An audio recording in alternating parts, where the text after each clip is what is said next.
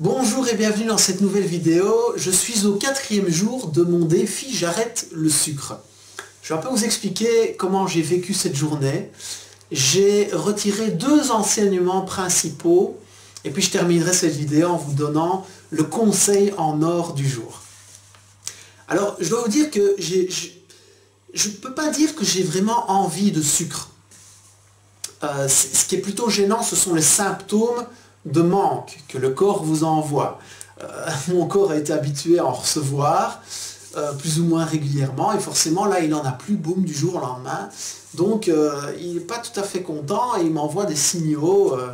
J'ai des mal de tête, j'ai parfois la tête qui tourne, j'ai une humeur un peu changeante parfois, des sentiments de fatigue. Mais je les ai détaillés dans la vidéo d'hier. Mais tout ça pour vous dire que voilà, je mange tout à fait sainement et je suis très heureux de faire cela. Et le premier enseignement que j'ai retiré, c'est que je prends beaucoup plus de plaisir qu'avant à manger des fruits et des légumes. C'est vraiment un constat qui est assez édifiant. Je prends beaucoup de plaisir et en plus j'en mange plus qu'avant. On dirait que leur saveur est beaucoup plus présente dans ma bouche, le goût en est un petit peu décuplé et vraiment j'ai l'impression de découvrir ces aliments sous un autre angle. Et c'est un constat qui est vraiment agréable à vivre. Et la deuxième chose, le deuxième constat que j'ai eu aujourd'hui, que j'avais envie de partager avec vous, c'est que ce soir j'étais invité dans ma famille, chez mon frère, ma belle-sœur, parce qu'il y avait l'anniversaire de ma filleule. Et donc j'y vais sereinement parce que je suis intimement persuadé que je vais manger sain. Je sais que ma belle-sœur fait très attention, elle est très au fait de ce qui est bon, pas bon pour la santé. Elle fait vraiment attention dans sa cuisine de cuisiner des aliments très sains. Et je ne prends pas de précaution, je ne lui téléphone pas pour lui dire écoute, je me suis lancé un challenge, etc. Voilà la situation dans laquelle je suis, je ne le fais pas. Vraiment confiant de la situation dans laquelle je vais me retrouver. Et j'arrive là-bas et je me rends compte qu'elle a préparé des pâtes blanches accompagnées de brocolis, de jambon, de fromage. Mais voilà, des pâtes blanches, mais ça a un indice glycémique élevé, c'est pas forcément le top à faire dans mon challenge. Et là vraiment, il y a un moment, je me sens mal à l'aise. Et en même temps, je sais qu'elle a fait ça de bon cœur, et puis ça a l'air tellement bon, et j'ai pas envie de dire, écoute, t'as pas envie de cuisiner 200 grammes, 100 grammes de pâtes complètes pour moi, pour accompagner le plat, parce que je suis dans un défi, etc.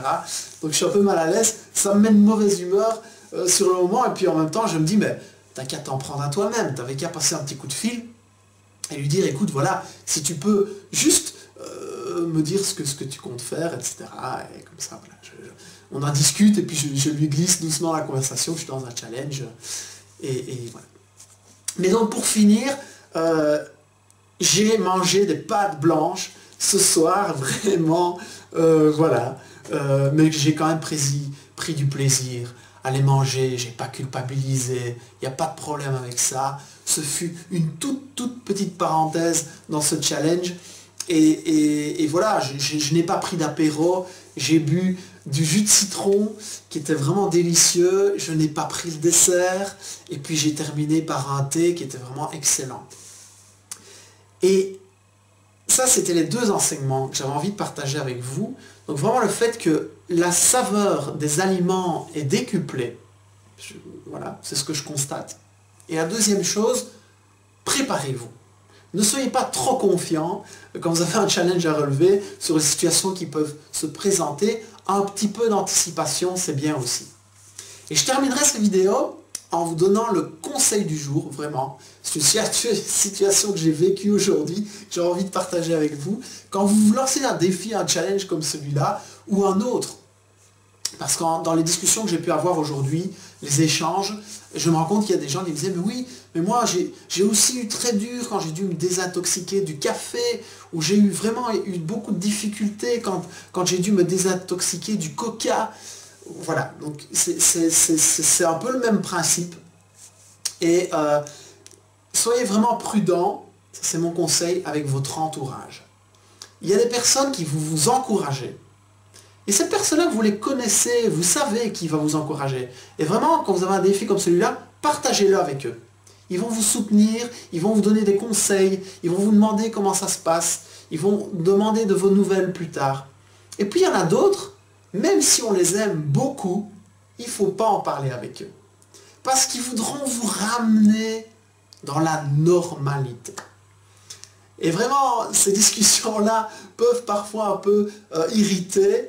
Et pour votre bon mental, pour votre bonne détermination, pour votre bonne motivation, il faut vraiment éviter de parler avec certaines personnes qui ont envie de vous ramener dans le rang, de faire comme eux.